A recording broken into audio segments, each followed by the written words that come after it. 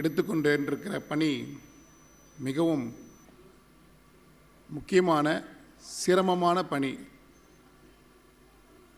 சமுதாயத்தில் அவருடைய பங்கு அதிகமாக இருக்கின்றது. அதற்கு நமது ஒத்துழைப்பும் மிகவும் தேவைப்படுகிறது. செந்தில்வேல் சார் சொன்னாங்க,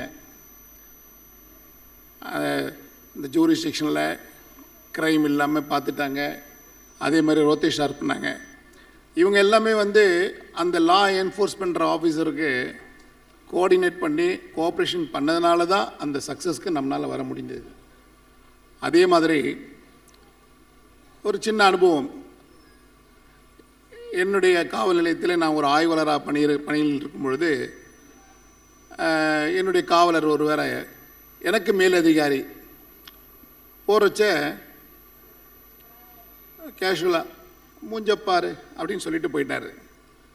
அவர் என்ன பண்ணார், கொஞ்ச நேரம் பொறுத்து அந்த அதிகாரியுடைய அலுவலகத்துக்கு சென்று, ஐயா அப்படின்னாரு, என்னப்பா இங்கே வந்திருக்க அப்படின்னு கேட்குறப்போ, என்னையா இங்கே வந்திருக்கேன்னு கேட்குறப்போ, இல்லைங்க ஐயா, நான் என்னுடைய காவல் நிலையத்தில் இருக்கிற கண்ணாடியில் என்னுடைய முகத்தை பார்த்தேன். அந்த முகம் நீ நல்லா அழகாக இருக்கேன்னு சொல்லிச்சு. அதை உங்ககிட்ட சொல்லிட்டு போகலான்னு வந்தேன் அப்படின்னாரு. உடனே அந்த எனக்கு மேலே இருக்கிற அதிகாரி அப்புறம் தற்பொழுது அவர் இல்லை, அவர் இறந்து காலமாகிவிட்டார். நல்ல அதிகாரி தான்.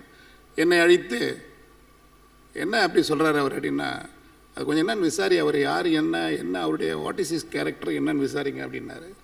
அப்புறம் நான் உடனே விசாரணை என்ன தெரியுமில்ல, உடனே 24 மணி நேரத்துக்குள்ளே நம்ம விசாரணை பண்ணி அவருக்கு அந்த ரிப்போர்ட்டை சப்மிட் பண்ணணும். நான் அவர் கூப்பிட்டு விசாரிக்கிறப்போ அவர் சொன்னார், ஐயா இல்லைங்க ஐயா, நான் ரொம்ப பொறுமைசாலி ஐயா.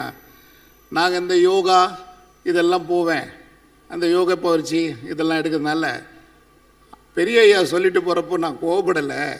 நான் போய் பார்த்துட்டு அவர்கிட்ட சொல்லலான்னு சொல்லிட்டு போனேன். இது எதுக்காக இந்த நிகழ்ச்சியை நான் சொல்கிறேன் என்றால், இந்த யோக பயிற்சி இதெல்லாம் ஒரு மனிதனுடைய மனதை கட்டுப்படுத்துகின்ற. இப்போ இந்த நாடக நிகழ்ச்சி நடத்தினாங்க, அதில் இருக்கிற தீம், அந்த பிள்ளைகள் சொல்லிட்டு போகிறப்போ ஒரு 4 அக்கேஷன் சொல்லிட்டு போகிறப்போ அந்த தீம் அதுதான் முக்கியம். கோபம் நம்மையும் கெடுக்கும், பிரத்தியாரையும் கெடுக்கும். இந்த கோபம் வராமல் இருக்கணும்னா நம்ம கையாள்வது என்ன? இந்த மாதிரி தியான பயிற்சி. எனக்கு ரொம்ப ஆச்சரியமாக இருக்குது. டாக்டர் செந்தில்வேல் சார் சொன்னார், தவம் யோகம் என்ன டெஃபினேஷன்ஸு, என்ன டிஸ்கிரிப்ஷன்ஸ். ரோத்தேஷ் சார் கிளியராக சொல்லிட்டு போனார். அவர் என்ன பண்ணிகிட்ருக்காருன்னு தெரியல. ஸோ இஸ் டோட்டல் ஒரு சைக்ளோபீடியா மாதிரி கம்ப்ளீட்டாக ஒரு கம்ப்ளீட் பிக்சர் இஸ் கிவிங்.